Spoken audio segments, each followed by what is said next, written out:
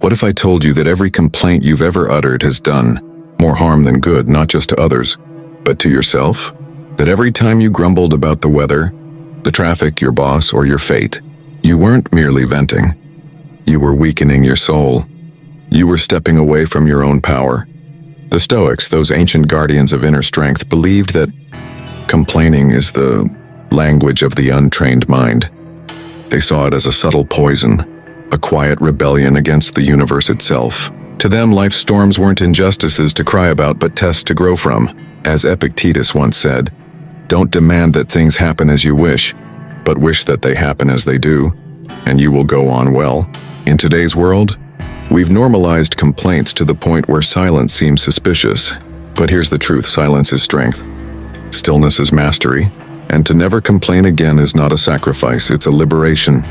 In this video, we'll explore how the ancient Stoics understood the cost of complaint, and why letting go of it may be the greatest gift you can give to your mind, your spirit, and your life. The nature of complaints in Stoicism. Imagine a man sitting at a market in ancient Athens, surrounded by noise, disorder, and the constant chatter of merchants. Instead of grumbling, he quietly observes. That man is Epictetus, a slave-turned-philosopher, who taught that our suffering doesn't come from events themselves, but from our judgment of them. Complaints, he believed, are not expressions of truth, but of poor perception. When we complain, we're essentially saying, reality should obey me. But the Stoics ask, who are we to judge the universe? Marcus Aurelius, an emperor with the weight of a crumbling empire on his shoulders, wrote not of outrage, but of order, not of chaos, but of calm. He didn't complain. He reflected. Because to complain is to believe that discomfort is injustice, when in truth, discomfort is often the first sign of growth. Today we complain about slow Wi-Fi, traffic jams, or bad weather, yet these are not problems. They are tests. Tests of our perspective, our patience, our philosophy. But if complaints are a symptom, what's the root cause? It lies in what we think we control and what we don't. And that brings us to the next Stoic principle, the illusion of control.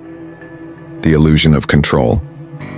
We wake up each day with an invisible script in our minds, how the weather should be, how others should behave, how our day should unfold.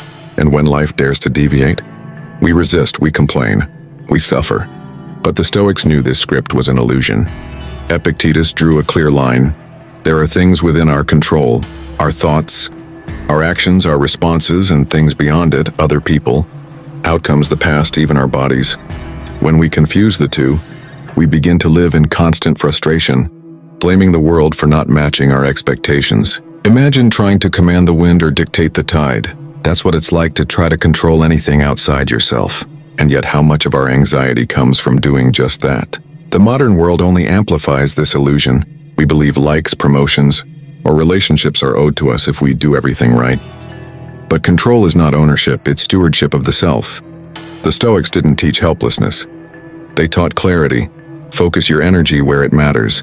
So if control is limited, how do we protect our inner world from collapse? The answer lies in what we allow to echo within us. Next, we explore how complaining weakens the soul. Complaining weakens the soul. Every complaint is a small surrender.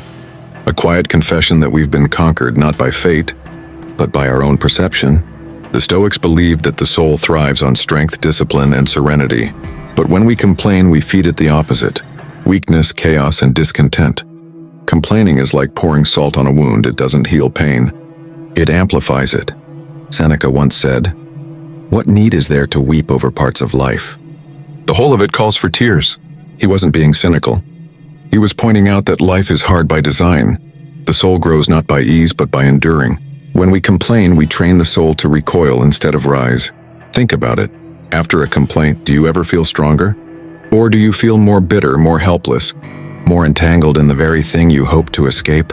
In every moment, we have a choice to descend into reaction or ascend into resilience. But resilience isn't just about endurance, it's about perspective. And there was one man who mastered this perspective, even while ruling an empire. Up next, the quiet strength of Marcus Aurelius and the art of endurance. Marcus Aurelius and the art of endurance. Imagine ruling the most powerful empire in the world, while facing plague, war, betrayal, and personal loss. Now imagine doing it with grace, without complaint, and with a journal as your only outlet. That was Marcus Aurelius. In his private writings, never meant for the public eye, he didn't rage at fate or lament his burdens. Instead, he wrote to himself, to stay steady, to stay clear, to endure.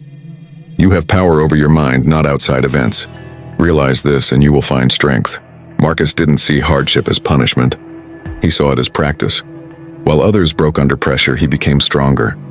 Not because he had fewer burdens, but because he carried them differently.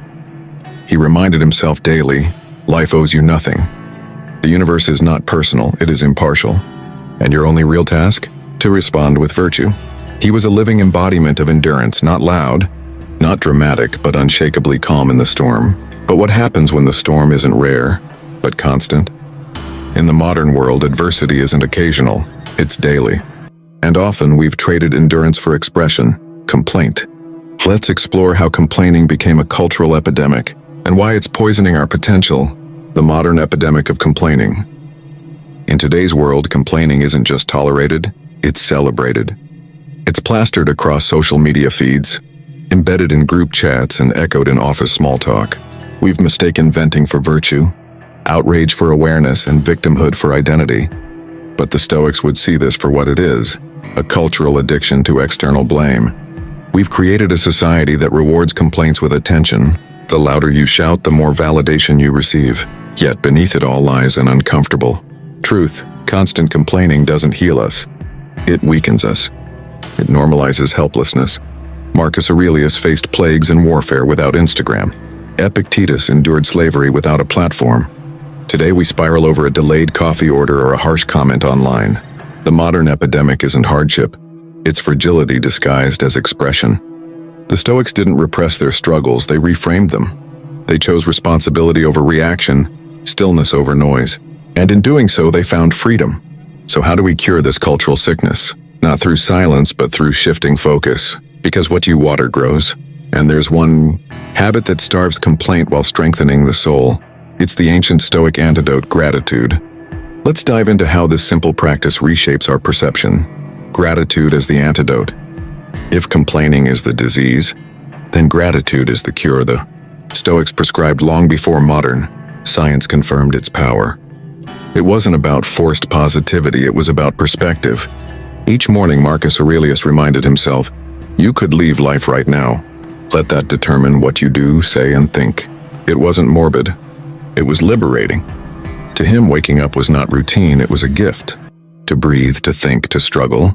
Even suffering was a teacher. The Stoics understood that gratitude isn't just a feeling, it's a discipline. It requires effort to see beauty in discomfort, to recognize opportunity in challenge, to remain calm when chaos knocks. And the more you practice it, the less space there is for complaint. Try it. Instead of saying, why is this happening to me? Ask, what is this teaching me? That simple shift aligns you with the Stoic path. Resilient, reflective, and unshaken. Gratitude starves the need to complain because it fills you with awareness of what's present, not what's lacking. But philosophy alone isn't enough. To stop complaining, we need daily habits, real tools, practical ways to train the mind. So let's explore how the Stoics practiced this in real life, starting with simple, powerful steps. Practical steps to stop complaining. Philosophy means nothing if it stays on the page. The Stoics knew that transformation begins in the everyday. How you speak, how you react, how you think. So how do you practically stop complaining? Step 1. Awareness. Before you can change a habit, you must see it. Set a mental checkpoint. When something irritates you, pause and ask, is this within my control?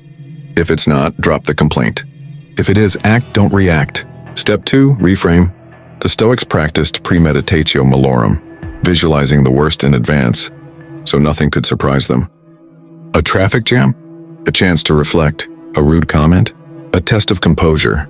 Reframing turns obstacles into opportunities. Step 3, journaling. Like Marcus Aurelius, write daily. Capture frustrations, but don't dwell, dissect them. Turn emotion into clarity. Ask, what virtue is being called from me in this moment? Step 4, replace. Every time you feel the urge to complain, replace it with gratitude or action. The mind can't focus on growth and grumbling at the same time. These aren't hacks, they're disciplines. And like any discipline, they build character over time. But what's the reward for all this effort?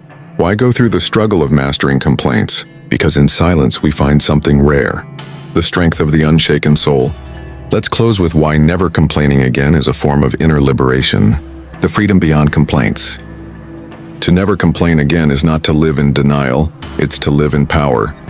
The Stoics didn't teach silence for the sake of Stoicism. They taught it as a gateway to freedom, because when you stop complaining, you reclaim every ounce of energy once wasted on what you cannot change. You become anchored, not tossed by every wave of emotion or inconvenience. Imagine this, waking up tomorrow and nothing has changed. The world is still chaotic. People are still imperfect. Plans still fail. But you are different. Not reactive. Not bitter. Not drained by resistance. Instead, you're centered. Quietly powerful. Deeply free.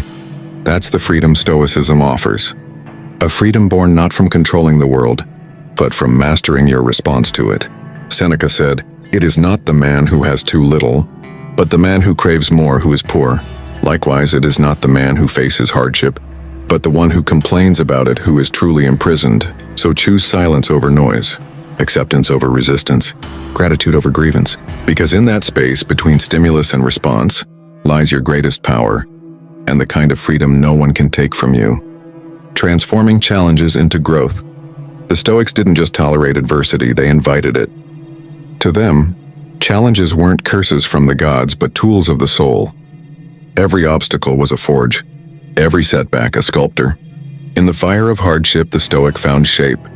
Marcus Aurelius wrote, "The impediment to action advances action. What stands in the way becomes the way." This wasn't poetic optimism, it was a blueprint for growth. The very thing we resist often holds the lesson we need. Think of your hardest moments. The betrayal, the loss, the failure. Would you be you without them? Or did they force you to become wiser, calmer, more capable? The Stoic doesn't ask for fewer problems. They ask for greater strength. Not through force, but through perception. A broken plan, an opportunity to adapt. An insult, a test of self-control. A delay, a chance to practice patience. Life doesn't get easier. You get stronger. But that transformation isn't automatic. It requires reflection, discipline, and intention. And if you're serious about embodying this Stoic mindset, you'll need to carry one thing with you every single day. Let's end with the ultimate Stoic mindset. Choosing virtue over comfort. Final reflections. As we close, remember the choice to never complain. Again, isn't just a personal victory, it's a quiet revolution. A shift from victimhood to mastery, from helplessness to resilience. The Stoics didn't promise a life without hardship. What they promised was a life where hardship didn't rule you. Instead of lamenting life's unfairness, they asked, "How can I grow from this?" Complaining is a form of surrender. It's a refusal to acknowledge that we have power over our minds, our actions, and our responses. But by practicing Stoic principles, we begin to reclaim that power. Gratitude, endurance, and perspective are not just tools for surviving the chaos, they are keys to thriving within it. So the next time you feel the urge to complain, ask yourself, what can I learn? How can I grow? In this journey of life, it's not about avoiding the storms, it's about learning to stand firm through them. And in that stillness, that quiet strength, you'll find a freedom no circumstance can take from you. This is the Stoic way, a way that transforms not just the world around you, but the very soul within you. As we wrap up today's journey, remember that the true power doesn't lie in what happens to us, but in how we choose to respond. By letting go of complaints and embracing the Stoic principles of gratitude, endurance, and perspective, you'll begin to transform not just your challenges, but your entire mindset. Stoicism teaches us that we don't control the world, but we control how we navigate it.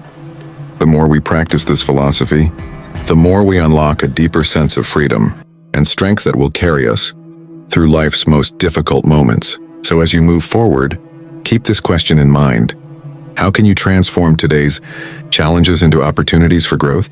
If you found this video helpful, don't forget to like, comment, and subscribe for more content on Stoic philosophy and practical wisdom. Share your thoughts or any experiences you've had with Stoic practices in the comments below. I'd love to hear how you're applying these lessons in your own life. And remember, never underestimate the power of a single moment of reflection. It can change everything.